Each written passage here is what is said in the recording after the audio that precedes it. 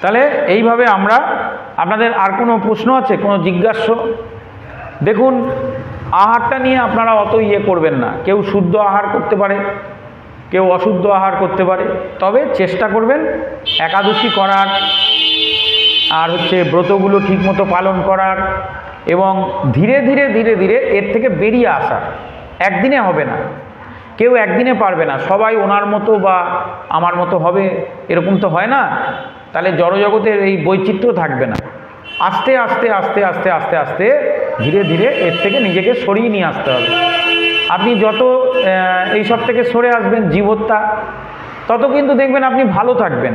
এটা মনে রাখবেন যে একটা জীবকে যখন আমরা হত্যা করি, কেন আহার করা উচিত নয়, তখন কি হয়, সেই জীবটা ছটফট করে। কেউ কি মৃত্যু চায়? মাছ বলুন, মুরগি বলুন, হাঁস বলুন, এগুলো তো এক ধরনের জীব, এদের মধ্যে আত্মা পরমাত্মা সবাই রয়েছে। কেউ কি মৃত্যু চায়? দেখবেন সে ছটফট করে বাঁচার জন্যে, কিন্তু তখন তাকে জোর করে হত্যা করা হয়।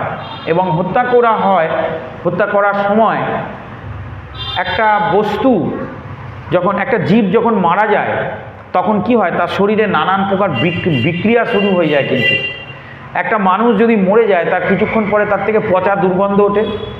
সেই রকম একটা জীব যখন মারা যায়, সে মাছ হোক, মুরগি হোক, হাঁস হোক, ছাগল হোক, গরু হোক, ভেড়া হোক, কিছুক্ষণ পরে দেখবেন তার থেকে দুর্গন্ধ উঠতে শুরু করেছে, দুর্গন্ধ ওঠে সেখান থেকে, এবং তার মধ্যে পোকামাকড় হয়, তার মধ্যে বিষক্রিয়া হয়। তার জন্যে আমরা যখন সেই বাড়িতে সে আহার কেউ সেগুলোকে নিয়ে আসে, তারপর তাকে ভালো করে জল টল দিয়ে ধুয়ে, তারপর তাকে আবার তেল মশলা দিয়ে এইসব দিয়ে রান্না করে। এগুলো মানুষ প্রক্রিয়াগুলো করেছে, কিন্তু অন্যান্য জীবেরা তারা তো ডাইরেক্ট আহার করে, ওটা তাদের সিস্টেমের মধ্যে পড়ছে, ভগবান ওইভাবে তারা তৈরি করেছে। কিন্তু মানুষ আর অন্যান্য জীবজন্তুর মধ্যে পার্থক্য হচ্ছে, মানুষ চিন্তা করতে পারে। মানুষ এই শরীরটাকে কাজে লাগিয়ে সে ভগবানের কাছে ফিরে যেতে পারে, ভগবানের সমান শক্তি লাভ করতে পারে, এই জগতের অধীশ্বর হতে পারে, যেটা অন্য কোনো জীবজন্তু পারে না। তো তার জন্যে জীব জীবস্ব জীবনম, একটা জীব আর একটা জীবকে আহার করে থাকে। কিন্তু মানুষের ক্ষেত্রে তা নয়। মানুষকে ভগবান পূর্ণ স্বাধীনতা দিয়েছে যে তুমি কিন্তু তোমার ইচ্ছা অনুযায়ী চলো। একটা বাঘ যদি একটা পশুকে হত্যা করে, তার পাপ হবে না, কারণ সে কর্মফল ভোগ করছে। একটা ইঁদুর যদি পোকামাকড় খায়, তার পাপ হবে না। একটা সাপ যদি ছোবল মরে, তার পাপ হবে না, কারণ সে কর্মফল ভোগ করছে। আর মানুষ যা কর্ম করবে, তার কর্ম কিন্তু সঙ্গে সঙ্গে সেটা নোটিং হবে।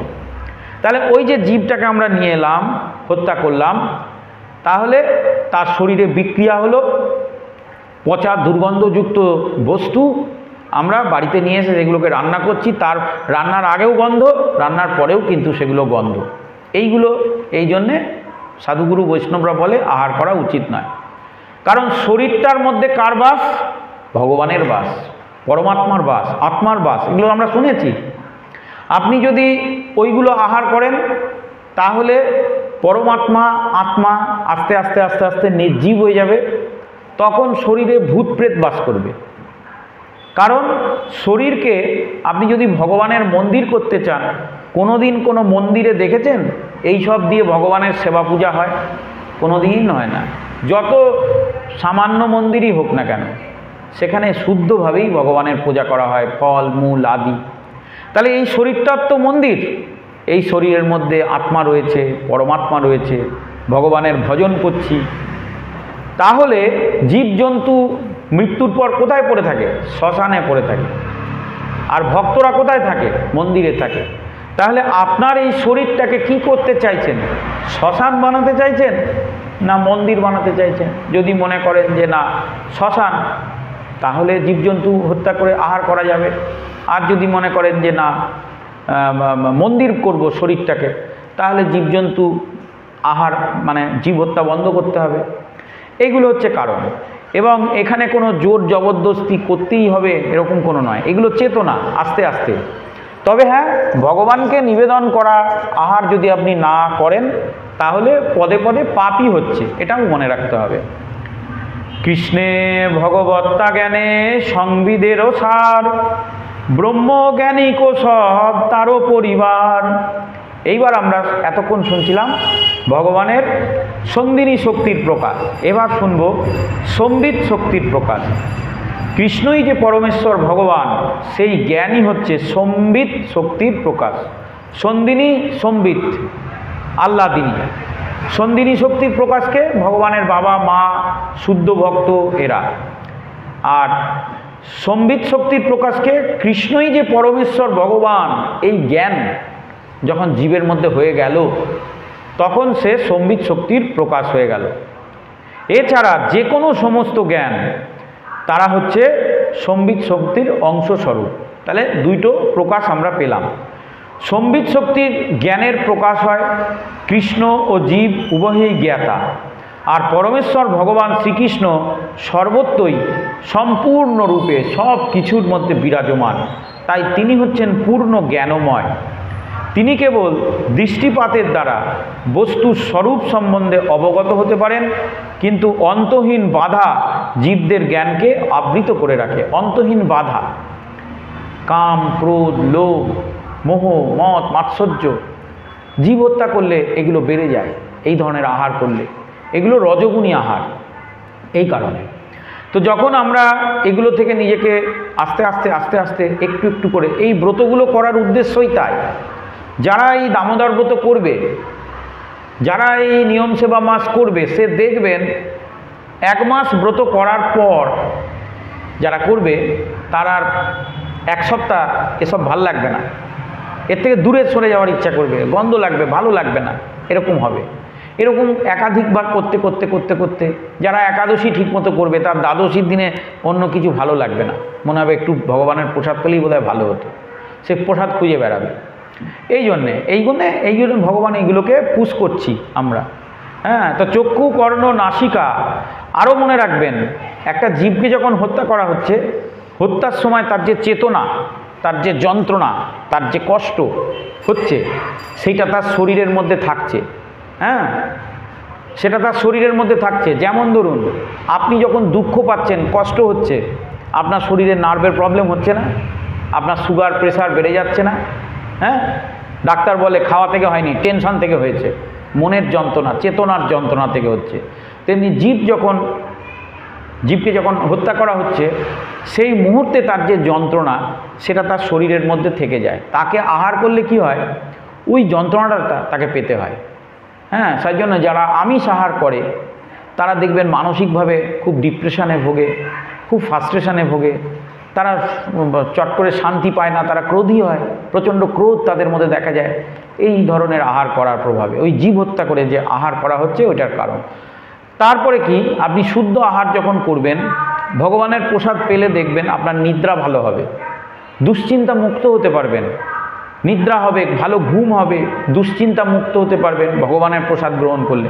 শরীর আপনার সবসময় শান্ত থাকবে, কাম ক্রোধ কমে যাবে, এগুলো হবে। কিন্তু ভক্তরাও অনেক সময় কামুক হয়ে পড়ে কেন, রাজসিক আহার করার ফলে। অধিক পনির খাচ্ছে, অধিক পরিমাণে দুগ্ধ পান করছে, এগুলোও করা উচিত নয়। তো ইন্দ্রিয়ের যে সমস্ত জ্ঞান আমরা প্রদান করছি, এই জ্ঞান যদি আপনারা নিতে পারেন, ধীরে ধীরে ধীরে ধীরে সন্দিনী সম্বিত শক্তির প্রকাশ আপনারা পাবেন। এই যে জ্ঞান, এই সমস্ত জ্ঞানের নামই হচ্ছে ব্রহ্মজ্ঞান। এই সমস্ত জ্ঞানের নাম হচ্ছে আত্মজ্ঞান। কেউ কেউ আবে একে নির্বিশেষ জ্ঞান বলতে পারে। হয়তো এই জ্ঞান অনেকের ভালো লাগবে না, যে প্রভু আমি ওই জন্যে সাধারণত কাউকে বাধাও দিই না, মানে কাউকে বলিও না যে তুমি খাও, আবার কাউকে বলিও না যে তুমি খেও না। কারণ আমাদের এখানে মন বলে একটা বস্তু আছে, মন, সেখানে আপনি যে জিনিসটা বারণ করবেন সেইটার প্রতি তার আকর্ষণ বেশি বাড়বে। প্রভু বারণ করেছে, তাহলে প্রভু পচা, প্রভু ভালো না, ওর কাছে যাবো না, আর কি হবে না, ওটার প্রতি তার আকর্ষণ বাড়বে। ওই জন্য আমি কাউকে বারণ করি, খাও, আস্তে আস্তে ছাড়ো, আস্তে আস্তে ছাড়ো, একাদশী ব্রত করো, পূর্ণিমা করো। ওই জন্য আমি আমার ভক্তদের বলি, যদি পুরো ছেড়ে দেন তাহলে তো নিতাই গৌর হরি বল, আপনি মহাপ্রভুর কৃপা পেলেন যদি পুরো ছেড়ে দেন। আর যদি পুরো না ছাড়েন, আপনি একাদশী দ্বাদশীতে বন্ধ রাখুন, শনি মঙ্গল বৃহস্পতি বন্ধ রাখুন, হলো। পূর্ণিমা অমাবস্যা বন্ধ রাখুন, এবার দেখুন আপনার 15 থেকে 20 দিন আপনার অটোমেটিক বন্ধ হয়ে যাবে। শনি মঙ্গল বৃহস্পতি 3 দিন, তাহলে 4টে করে আসছে, 3 4 12 দিন ওখানেই চলে গেল। বৃহস্পতিবার তো অবশ্যই, কারণ মায়েরা লক্ষ্মী পুজো করে বাড়িতে, সেই দিনে সব আর করা উচিত না। মঙ্গল আর শনি 3 দিন, তাহলে 3 4 12 দিন তো হয়ে গেল। এরপরে আসছে অমাবস্যা, পূর্ণিমা, একাদশী, দ্বাদশী, এই কটা দিন করলেন। এবার এইভাবে যদি আপনি দেখবেন হিসেব করে 15-16 দিন আপনি শুদ্ধ আহার করুন, ভগবানের প্রসাদ রাখুন, ভগবানের জন্য বাসন আনুন, সেগুলোতে সুন্দর করে রান্না করে ভগবানকে ভোগ লাগান। প্রভু আমি কি আমিষ আহার করি, আমি কি ভগবানকে ভোগ লাগাতে পারি? হ্যাঁ, আপনি যদি ভগবানের দীক্ষা গ্রহণ করেন, মানে সাধুগুরু বৈষ্ণবের কাছ থেকে দীক্ষা নেন, তাহলে আপনি ভগবানকে ভোগ লাগাতে পারবেন। অন্ন ভোগটা লাগাবেন না, কিন্তু এই হালুয়া এগুলো ভগবানকে নিবেদন করে আপনি আহার করবেন, কিন্তু আপনাকে সেই দিনটা শুদ্ধভাবে থাকতে হবে। কত আনন্দ লাগবে, বাড়িতে যে আসবে তাকে আপনি ভগবানের প্রসাদ দিতে পারবেন। এইভাবে অভ্যেস করুন, প্র্যাকটিস করুন, লোককে আনন্দ দিন, প্রসাদ পাওয়ান, সবাইকে বোঝান। না, আপনাকে কাউকে বোঝাতে হবে না, বোঝাতে গেলেই বিপদ হয়ে যাবে। ওই প্রসাদ বেশি করে খাওয়াতে হবে। মাঝে মাঝে বাড়িতে ছোট ছোট অনুষ্ঠান, জন্মাষ্টমী, একাদশী, দ্বাদশী, ভালো ভালো প্রসাদ রান্না করবেন, আর প্রসাদ করে করে ভগবানকে নিবেদন করবেন, করে আহার করবেন, সবাইকে করাবেন যারা করে। ভগবান বলেছেন, প্রসাদে সর্বদুঃখানাং হানিরস্য উপজায়তে। হে ভক্তগণ, তোমরা প্রসাদ পাও বেশি করে। প্রসাদ পেলে তোমার জীবনের সমস্ত দুঃখ কষ্ট মিটে যাবে, যত রকমের জ্বালা যন্ত্রণা সব মিটে যাবে প্রসাদ পেলে। আহ্লাদিনীর সার প্রেম সারো ভাব, ভাবের পরাকষ্ঠা নাম মহাভাব। দেখেন না, এখানে যখন প্রসাদের দিন হয় কত লোক লাইন দেয়, সবাই প্রসাদ পেতে চায়। তাহলে আপনারাও প্রসাদ পাওয়ার অভ্যেস করুন, সুযোগ খুঁজুন প্রসাদ পাওয়ার। আমরা নিরামিষ আমিষ কোনো কিছুর পক্ষপাতী নই। আমরা কিসের পক্ষপাতী? প্রসাদ। ভগবানের ভক্ত প্রসাদ গ্রহণ করবে, আমিষও নয় নিরামিষও নয়। আহ্লাদিনীর সার প্রেম সারো ভাব, ভাবের পরাকাষ্ঠা নাম মহাভাব। এই যে আমরা এতগুলো আলোচনা করলাম, এখানে কোথাও কিন্তু আহারের ব্যাপার কিচ্ছু বলা হয়নি। আপনারা প্রশ্ন করলেন তাই এই বিষয়ে এলাম। চৈতন্য চরিতামৃত কোনো গ্রন্থে কোথাও এসব লেখা থাকে না, এগুলো আমরা বলি তাই। এখানে কি বলা হচ্ছে? আহ্লাদিনীর সার প্রেম। যদি কেউ বলে আমিষ আহার করা খারাপ, আমি প্রচুর দেখিয়ে দেবো তারা আমিষ আহার করে। যেমন হচ্ছে ভগবানের বাহন, হ্যাঁ, দেবী দুর্গার বাহন, সবাই আমিষ আহার করে। খারাপ কোথায়? তাহলে ভগবান ওদেরকে নিত? খারাপ আপনার মন, খারাপ আপনার চেতনা। নিরামিষ আহার করেও মনে বদবুদ্ধি, তাকে ভগবান গ্রহণ করবে না। আর আমিষ আহার করেও সে ভগবানের সেবা কি করে হবে সেই চিন্তা করছে, তাকে ভগবান গ্রহণ করবে। তাই ভগবান দেখাচ্ছে কত বিচিত্রময়, দেখুন, বুঝতে পেরেছেন? এইগুলো আপনি কি ভাবছেন, কি চিন্তা করছেন, কি করছেন, এটাই সবচেয়ে বড়। কি আহার করছেন সেটা পরে। শুদ্ধ ভক্তের অনুশীলন করতে গেলে আপনাকে প্রসাদ গ্রহণ করতেই হবে। কৃষ্ণের আরাধনা করতে গেলে প্রসাদ গ্রহণ করতে হবে, এটা ছাড়া এখানে হবে না। এটা হচ্ছে IPS training centre. Class 1, class 2, 5, 6-এ পড়ার জন্য নয়। এটা কিসের ট্রেনিং সেন্টার? IPS, IAS. আপনি আইপিএস হবেন, আইএএস হবেন, সবাই আপনাকে স্যালুট করবে। করে দেখুন, ভগবানের ভক্ত সে যখন ব্রহ্মলোকে যায়, ব্রহ্মাজি উঠে দাঁড়ায়।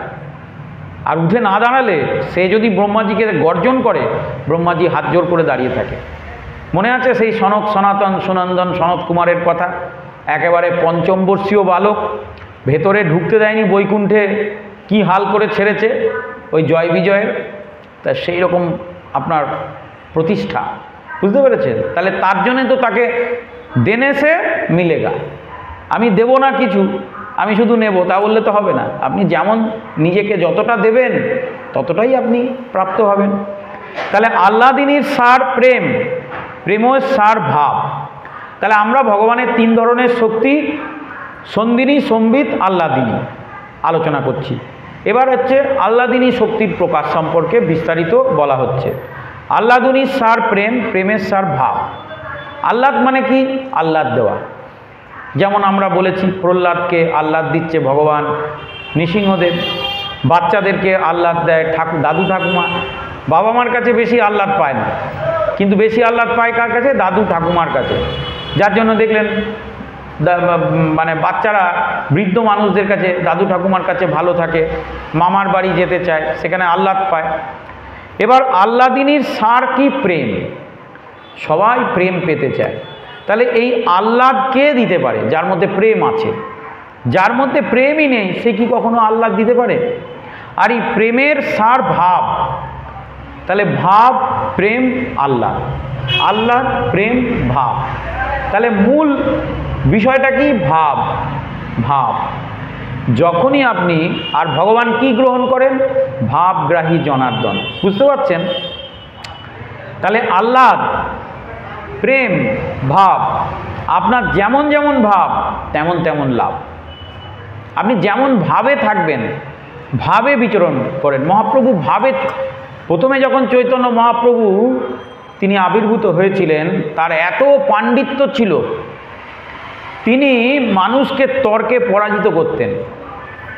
আর তার ভয়ে বড় বড় বৈদিক পণ্ডিতরা ভয়ে পালাতো।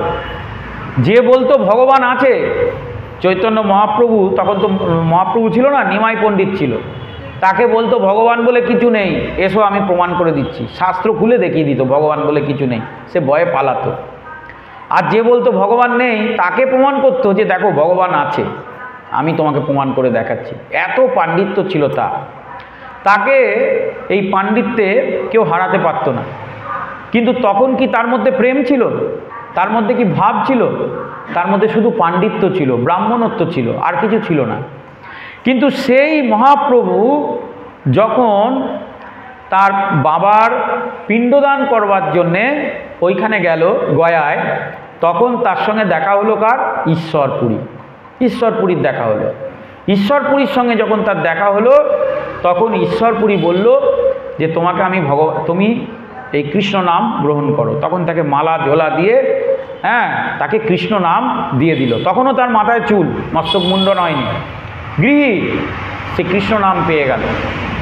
এই কৃষ্ণ নাম করতে করতে করতে করতে করতে করতে মহাপ্রভুর মধ্যে সমস্ত বিকার চলে গেল, সব কিছু চলে গেল। পাণ্ডিত্যের অহংকার, ব্রাহ্মণত্বের অহংকার, বংশমর্যাদার অহংকার সব চলে গেল। তিনি তখন ভাবে আবিষ্ট হয়ে গেল, ভাব তার মধ্যে চলে এলো। তখন তিনি কৃষ্ণপ্রেমে পাগল হয়ে গেলেন। কখনো হাসছেন, কখনো কাঁদছেন। সংসারে থাকার উপযুক্ত তখন আর তিনি নয়। অল্প বয়স, তার মা তাকে ধরে আবার বিবাহ দিল, কিন্তু তিনি সংসার করতে পারলেন না। তিনি সংসার ত্যাগ করে সন্ন্যাস গ্রহণ করে চলে গেলেন। কারণ সেই মানুষটার তখন ট্রান্সফরমেশন ঘটে গেছে, পরিবর্তন হয়ে গেছে। একটা শুয়োপোকা ট্রান্সফরমেশন হয়ে বিবর্তিত হতে হতে হতে হতে কি হয়ে যায়? প্রজাপতিতে পরিণত হয়ে যায়। তখন সেই শুয়োপোকার গুণ আর প্রজাপতিতে থাকে না। কারণ এইটাকেই বলা হয় ট্রান্সফরমেশন। কত ভগবানের দেখুন, ওই শুয়োপোকা যে ঘুরে বেড়াতো, যাকে লোকে ফেলে দিত, আর সেই প্রজাপতি যাকে লোকে সুন্দর করে ঘরে এলে আবার তেল সিঁদুর দেয়। অনেকে বলে যাক তোমার বিয়ে খুব শীঘ্রই হবে, প্রজাপতি ঢুকেছে ঘরে, কত সম্মান। শুয়োপোকা ঢুকলে আপনারা সম্মান করবেন না। তাহলে সবই হচ্ছে ভাব। মহাপ্রভু যখন তার মধ্যে ভাবের উদয় হলো, সেই ভাব আস্তে আস্তে আস্তে আস্তে মহাপ্রভুকে কৃষ্ণ প্রেম মানে ভাব থেকে প্রেম প্রাপ্ত হলো। আর প্রেম থেকে সে সবসময় আনন্দে মত্ত হয়ে থাকতো, আহ্লাদিনী। তা আমরা ভগবানের এই নাম জপ করতে বলি কেন? এই নাম জপ করলে এই তিনটি পরপর আপনি প্রাপ্ত হবেন। আহ্লাদ, আনন্দ পাবেন। কৃষ্ণ নামে যে কি আনন্দ, সে না করলে আর কী করে বুঝবেন? যে করেছে সে জানে। 1 ঘন্টা বসে জপ করুন, শান্ত মনে ব্রহ্ম মুহূর্তে উঠে একদিন আমার কথা শুনে। আপনারা অনেকে করেন আমি জানি, এই কার্তিক মাসে এখন পাঠ শুনছেন, শুনে নিন। পাঠ হয়ে গেলে ব্রহ্ম মুহূর্তে উঠে যারা দীক্ষা নিয়েছেন তারা বসে একদম 16 মালা জপ করুন দেখি একদিন। সারা দিন আপনার মনের মধ্যে ক্লান্তি, অশান্তি, দুঃখ, দারিদ্র্য, রোগ ভোগ, শোক, তাপ প্রবেশ করতে পারবে না। মন সবসময় আনন্দে ফুরফুর করবে। তো তার জন্যে এই নামের মধ্যে সব কিছু কিন্তু দেওয়া আছে। আল্লাদিনীর সার প্রেম, প্রেমের সার ভাব, ভাবের পরাকাষ্ঠার নাম মহাভাব, আর ভাব থেকে আসছে মহাভাব। এই মহাভাব যখন কারুর মধ্যে চলে আসবে, খুব গুহ্য এবং উচ্চতত্ত্ব কিন্তু, তখন সে ভগবানের সমান হয়ে যাবে, তখন সে ভগবানের সমান হয়ে যাবে। মহাভাব, ভাব থেকে মহাভাব। যেমন ঠাকুর রামকৃষ্ণদেব, তিনি আস্তে আস্তে আস্তে আস্তে একদম সে এইভাবে দেখবেন তার মূর্তিটা থাকে, এইভাবে তিনি দাঁড়িয়ে থাকেন। কেন? তার মধ্যে মহাভাব জাগ্রত হয়ে গেছে। তখন তিনি আর কালী অভিন্ন নন। এমনি সময় তিনি সাধারণ পুরুষ, কিন্তু যখন তিনি আল্লাদিনী থেকে প্রেম, প্রেম থেকে ভাব, ভাব থেকে মহাভাবে চলে যাচ্ছেন, তখন ভগবান আর তিনি এক হয়ে যান। হ্যাঁ, সেটা যে কোনো মানুষের জীবনেই ঘটতে পারে, কিন্তু তার জন্যে তাকে সাধনা করতে হবে, তাকে অনুশীলন করতে হবে, তাকে শুদ্ধ ভক্তির অনুশীলন করতে হবে। সব সময় কৃষ্ণ কথা চিন্তা করতে হবে। কৃষ্ণের কথা চিন্তা করতে করতে, কৃষ্ণ নাম জপ করতে করতে করতে করতে কী হবে, তার মধ্যে কৃষ্ণ তাকে তখন আহ্লাদ দেবে, মানে একটু একটু করে সে নামের আনন্দটা পাবে। আনন্দ না পেলে তো ভালো লাগবে না। আমরা সংসারে এসেছিলাম কিসের জন্যে? আনন্দ পাওয়ার জন্যে না? দুঃখ পেতে কি কেউ এসেছিলাম? কেউ কি আগে থেকে বুঝেছিলাম যে সংসার করলে এত দুঃখ হয়? কোনো বাবা মা তার মেয়েকে দুঃখের সাগরে ফেলে দেয়? কোনো ছেলে তাকে দুঃখের সাগরে মা তাকে ফেলে দেবে? ফেলে দেবে না। কিন্তু আমরা বুঝতে পারিনি যে সংসারটা এত দুঃখময়। আমরা ভেবেছিলাম সংসারে আমরা খুব আনন্দ পাবো, আহ্লাদ পাবো, হলো না। তাহলে নাম করে দেখুন। তাহলে নামের মধ্যে আপনি যদি আহ্লাদ পান, আনন্দ পান, তখন তো আপনি নামের প্রভাব বুঝতে পারবেন। তাহলে এই যে হাজার হাজার মনুষ্য নাম জপ করছে, তারা কি বোকা? সবাই কি আমার মতন বলদের গোসাই নাকি? হ্যাঁ, ভালো গোসাইও তো আছে, তারা তো চিন্তা করছে, তারা তো নাম জপ করছে, তারা চিন্তা করছে। তাহলে সবাই এত বোকা নয়, কিছু তো পাচ্ছে তারা, কোথাও কোনো আনন্দ, কোথাও কিছু উৎস তারা পেয়েছে, তার জন্য দিনের পর দিন করছে। এইভাবে করতে করতে করতে করতে করতে করতে হ্যাঁ আল্লাদিনী, তার মানে সে আনন্দ পাচ্ছে, এবং আনন্দ পেলেই তখন প্রেম ফুটে ফুটে উঠবে ভিতরে, ভেতরে তখন প্রেম ফুটে ফুটে উঠবে। আর ভিতরে যখন প্রেমের প্রকাশ হবে, তখনই তো মানুষ তার কাছে আসবে। ভিতরে যদি হিংসার প্রকাশ হয়, কামের প্রকাশ হয়, লোভের প্রকাশ হয়, তার কাছে কেউ যাবে? লোকে বুঝতে পারবে এই লোকটা লোভী। আপনারা বুঝতে পারবেন তার চোখ মুখ দেখে, এই ব্যক্তি কামুক, ওর কাছে যেও না, এ অসৎ, ওর কাছে যেও না। কিন্তু কারোর মধ্যে যদি প্রেমের প্রকাশ হয়ে যায়, তখন আপনারাই দলবল নিয়ে ছুটে আসবেন তার কাছে। তাহলে আল্লাহ, তাহলে প্রথমে হলো নাম জপ বা সাধনা, শুদ্ধ ভক্তির অনুশীলন যাকে আমরা বলছি, তার থেকে হলো আল্লাদিনী, আল্লাহ, তার থেকে এলো প্রেম। এবার যে ব্যক্তি প্রেম পেয়েছে তার কথা চিন্তা করুন, সে আস্তে আস্তে আস্তে আস্তে ভাবে চলে যাবে। মাঝে মাঝেই তাকে সাধারণ মানুষের সঙ্গে তখন আর তুলনা করলে হবে না। হয়তো আপনি প্রশ্ন করছেন এক, তিনি অন্য জায়গায় চলে গেছেন, কৃষ্ণ কথা চিন্তা করছেন, কৃষ্ণময় হয়ে গেছেন। দিনের পর দিন এইভাবে চিন্তা করতে করতে করতে তার মহাভাব এসে যাবে। মহাভাব যখন এসে যাবে, মহাপ্রভুর যখন এসে যেত মহাভাব, তখন তার মধ্যে ভগবৎ সত্তার প্রকাশ হয়। এগুলো বাস্তব কথা, কোনো কাল্পনিক কথা নয়। আপনারা করুন, আপনাদের মধ্যে হবে। ভগবৎ সত্তার প্রকাশ হয়, তার মধ্যে ভগবান এসে বাস করে। সে তখন চতুর্ভুজ রূপ দেখাতে পারে, দ্বিভুজ রূপ দেখাতে পারে, সুদর্শন আহ্বান করে এই সব করতে পারে, যেটা মহাপ্রভু করতেন। তখন তিনি মহাভাবে চলে যেতেন। এমনি সময় বলুন মহাপ্রভু পারছে না, কিন্তু যখন তিনি আস্তে আস্তে নাম সংকীর্তন করতে করতে করতে করতে ভাব থেকে মহাভাবে চলে যাচ্ছে, তখন তার মধ্যে মানুষ ভগবানকে খুঁজে পাচ্ছে। সে আর ভগবানের মধ্যে তখন আর কোনো পার্থক্য নেই। তাহলে আল্লাদিনী শক্তির ক্রিয়ার নাম হচ্ছে প্রেম। হ্যাঁ, আর সেই প্রেমের দুই প্রকার, শুদ্ধ ভক্তের প্রেম আর মিশ্র ভগবত প্রেম। এখানে আবার প্রেমকে দুই ভাগে ভাগ করা হলো, শুদ্ধ ভক্তের প্রেম আর মিশ্র ভগবত প্রেম। শুদ্ধ ভক্তের প্রেম কোনটা? যে মনে করছে যে এই জগতে ভগবানই একমাত্র প্রেমের আধার, সমস্ত কিছু ভগবানকে অর্পণ করছে এবং ভগবানকে কেন্দ্র করেই তার জীবন, এটা হচ্ছে শুদ্ধ ভক্তের প্রেম। আর মিশ্র ভগবত প্রেম কোনটা? মিশ্র ভগবত প্রেম হচ্ছে সেটাই যার মধ্যে মানে সংসারে থেকেও ভগবানের ভজনা করছে, সংসারও করছে, ভগবানের ভজনা করছে, ঘর বাড়িও করছে, আবার এও করছে, এটা মিশ্র ভাব। তো কৃষ্ণগত আহ্লাদিনী শক্তি যখন কৃষ্ণকে আনন্দ দান করেন, জীবকেও কৃপা করেন।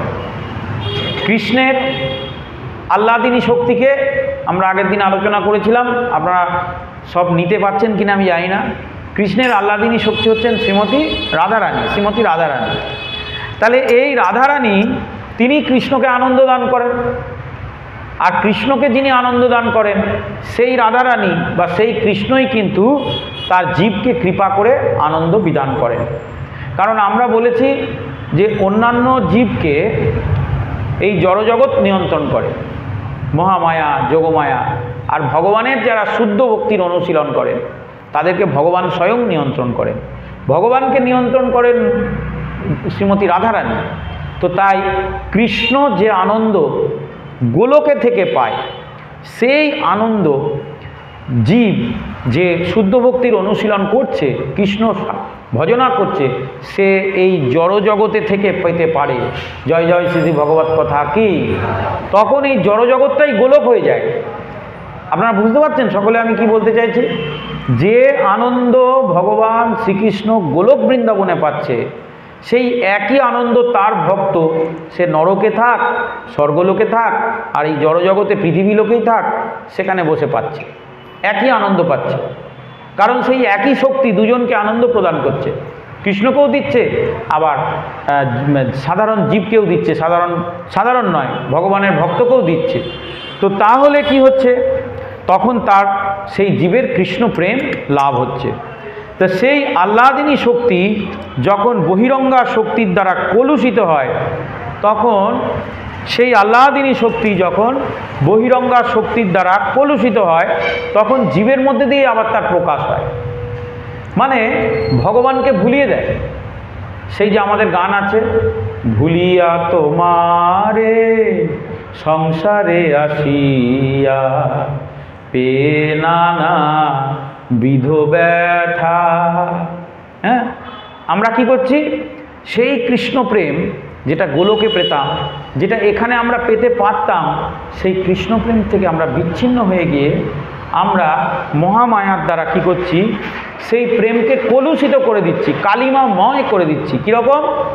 এই যে সাদা জামাটা, এটা আমি এখন পরে আছি, এখনই যদি এই সাদা জামাটাকে ড্রেনের কাদায় চুবানো যায়, তখন কি হয়ে যাবে? এই সাদা জামাটায় কালিমাময় হয়ে যাবে।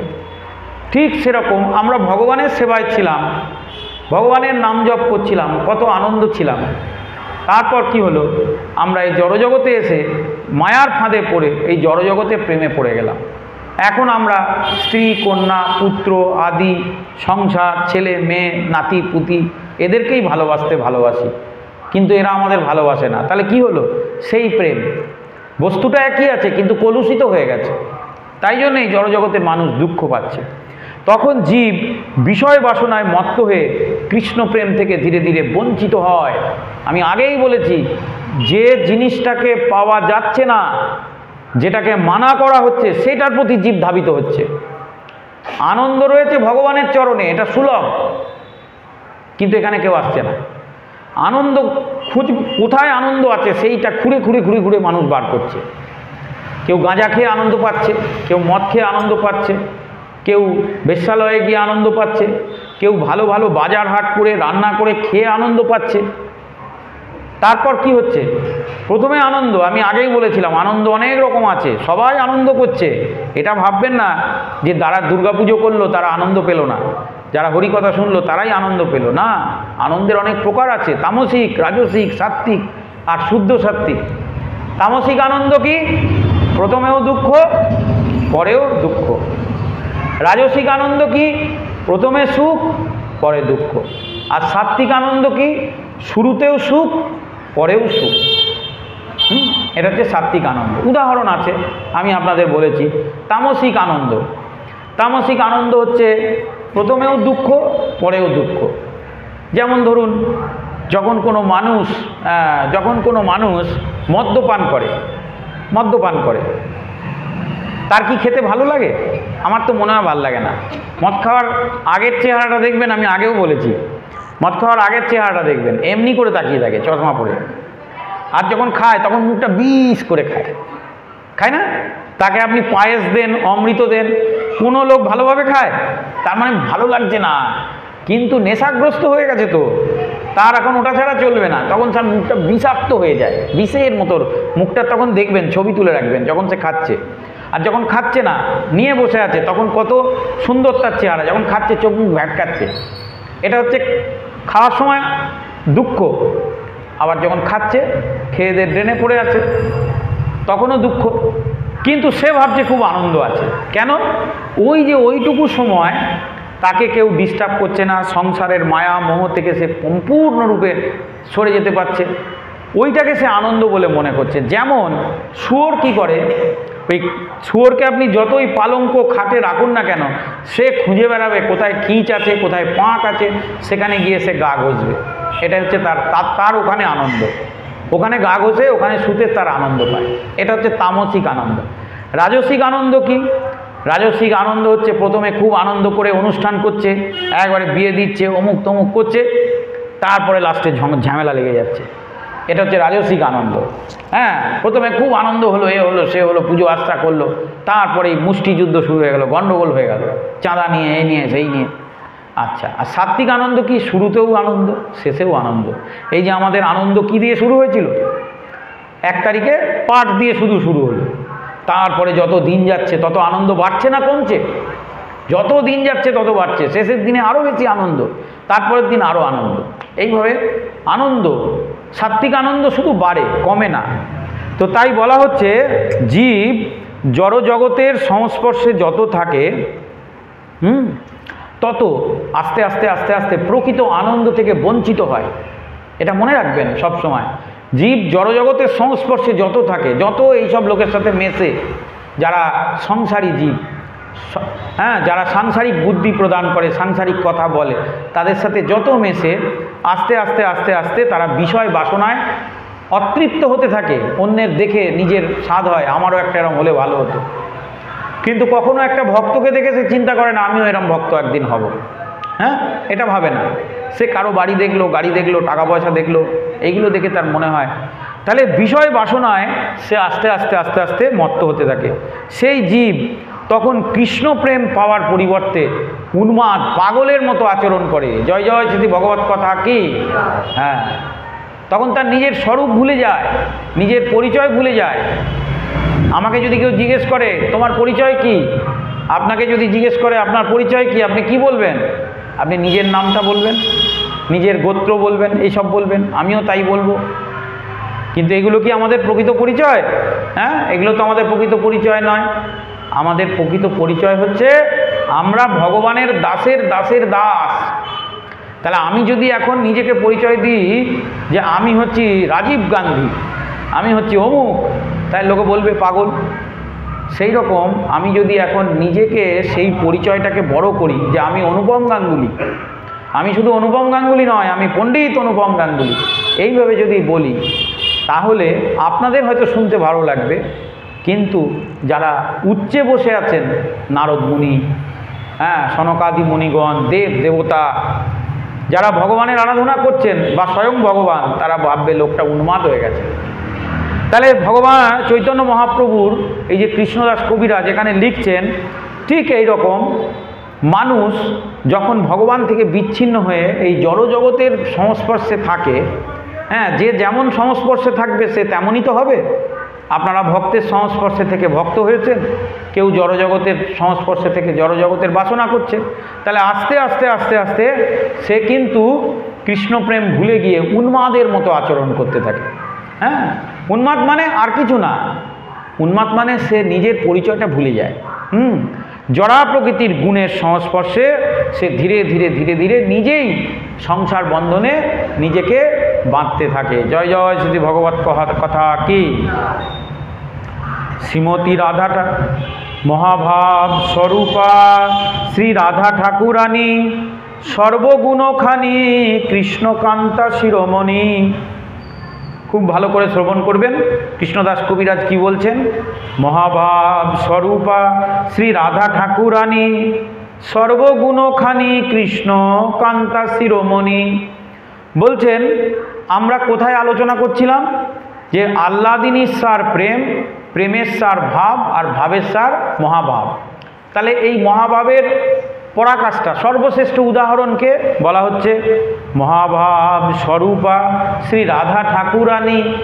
একমাত্র শ্রীমতী রাধারানী, বা যাকে রাধা ঠাকুরানী বলা হচ্ছে, তিনিই হচ্ছেন মহাভাব স্বরূপা।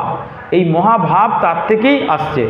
সর্বগুণখানি কৃষ্ণকান্তা শিরোমণি, সেই সর্বগুণের আধার পরমেশ্বর ভগবান শ্রীকৃষ্ণ, তার কান্তা হচ্ছেন শ্রীমতী রাধারানী। তাহলে শ্রীমতী রাধারানী হচ্ছেন মহাভাবের প্রকাশ বা মূর্তি। তিনি হচ্ছেন সমস্ত গুণের আধার এবং কৃষ্ণ প্রেয়সীদের শিরোমণি। যখন আপনি কৃষ্ণ ভজনা করবেন, রাধারানী স্বয়ং আপনার পরিচালনা করবেন, রাধারানী স্বয়ং আপনার দেখাশোনা করবেন। হ্যাঁ, রাধারানী স্বয়ং আপনাকে রক্ষা করবেন। এই জন্য উচ্চস্বরে বলুন রাধে রাধে রাধে রাধে রাধে রাধে। কারণ তিনি হচ্ছেন কৃষ্ণ কান্তা শিরোমণি। তিনি কৃষ্ণেরও রক্ষণাবেক্ষণ করছেন, আবার কৃষ্ণ গুণ যারা গ্রহণ করেছে, যাদের মধ্যে কৃষ্ণের উপাসনা করছে, তাদেরকেও তিনি রক্ষণাবেক্ষণ করছেন। তাহলে আহ্লাদনী শক্তির বিশুদ্ধ ক্রিয়ার প্রকাশ হচ্ছে ব্রজ গোপিকাদের কৃষ্ণ প্রেম। এবার আপনারা যদি আহ্লাদিনী শক্তির প্রকাশ ঠিকমতো দেখতে চান, আহ্লাদিনী শক্তি কীরকম হয়, তাহলে তার প্রকাশ হচ্ছে ব্রজ গোপিকাদের প্রেম। ব্রজগোপীরা যেভাবে ভগবানকে ভালোবাসতেন, সে কথা আমরা ব্রহ্ম মুহূর্তে সকালে প্রতিদিন আলোচনা করছি। আপনারা যারা আসছেন না তারা আসবেন, আর যারা আসতেও পাচ্ছেন না তারা ইউটিউব চ্যানেলে দেখে নেবেন। অনুপম গাঙ্গুলি ভাগবত কথা, ওই চ্যানেলে প্রতিদিন রেকর্ডিং দেওয়া হচ্ছে। তো তাদের মধ্যে শ্রীমতী রাধা ঠাকুরানী হচ্ছে সর্বশ্রেষ্ঠ। তাহলে আহ্লাদিনী শক্তির প্রকাশ হচ্ছে ব্রজগোপীদের মধ্যে, আর ব্রজগোপীদের মধ্যে সর্বশ্রেষ্ঠ হচ্ছে কে না শ্রীমতী রাধারানী। আহ্লাদিনী শক্তির সার হচ্ছে প্রেম, প্রেমের সার হচ্ছে ভাব, আর ভাবের সার হচ্ছে মহাভাব, যার পূর্ণ প্রকাশ হচ্ছে শ্রীমতী রাধারানী। শ্রীমতী রাধারানী তাই হচ্ছেন মহাভাব স্বরূপিণী। তাই শ্রীমতী রাধারানী হচ্ছেন বিশুদ্ধ ভগবত প্রেমের মূর্ত প্রকাশ এবং পরমেশ্বর ভগবান শ্রীকৃষ্ণের প্রেমের আশ্রয় স্বরূপ। জয় জয় শ্রী ভগবত কথা কি। প্রেমই হচ্ছেন সর্বোত্তম, প্রেম সর্বোত্তম। ধন সম্পদ, টাকা পয়সা, সমৃদ্ধি, হ্যাঁ, এইসব না হলেও চলবে, বা এগুলো কম হলেও চলবে। এগুলোর অভাবে মানুষ মরে না, প্রেমের অভাবে মানুষ মরে, ভালোবাসার অভাবে মানুষ মরে। আপনি কখনো শুনেছেন যে টাকা নেই বলে মানুষ মরে গেছে, বাড়ি নেই বলে মানুষ মরে গেছে, কিন্তু জীবনে প্রেম নেই, কেউ তাকে ভালোবাসে না, সব জীব তাকে ঘৃণা করে, হ্যাঁ, সেই লোক আত্মহত্যা করেছে। হ্যাঁ, বড় বড় কোম্পানির মালিক, বড় বড় ম্যানেজার, তারা জীবনের একটা সময় গিয়ে যখন দেখছে যে জীবনে সব কিছুই তো পেলাম, কোথাও তো প্রেম পেলাম না, কোথাও ভালোবাসা পেলাম না, তখন তারা আত্মহত্যার পথকে বেছে নিচ্ছে। অনেক টাকা পয়সা ধন সম্পদ তাদের আছে, তো প্রেমের জন্য তারা দূরে দূরে ঘুরছে। কিন্তু আহারে, তারা জানে না যে আমার গৌরাঙ্গ মহাপ্রভু শ্রী শ্রী চৈতন্য মহাপ্রভু স্বয়ং রাধারানী, তিনি কৃষ্ণ নাম আর কৃষ্ণ প্রেম দান করবার জন্য। আরে তুমি সাধারণ প্রেম কি খুঁজে বেড়াচ্ছ? তার থেকেও অনেক শ্রেষ্ঠ হচ্ছে কৃষ্ণ প্রেম, যা দান করবার জন্যে তিনি এই পৃথিবীতে দাঁড়ে দাঁড়ে ঘুরেছেন, আর আমাদেরকে পাঠিয়েছেন সেই কৃষ্ণ প্রেমকে মানুষের কাছে পৌঁছে দেওয়ার জন্য। জয় জয় শ্রী ভগবত কথা কি। তো আজকে চৈতন্য চরিতামৃতের আলোচনা আমরা এখানেই বিরাম দিলাম। আবার দেখা হবে আগামী দিনে, আগামী পর্বে।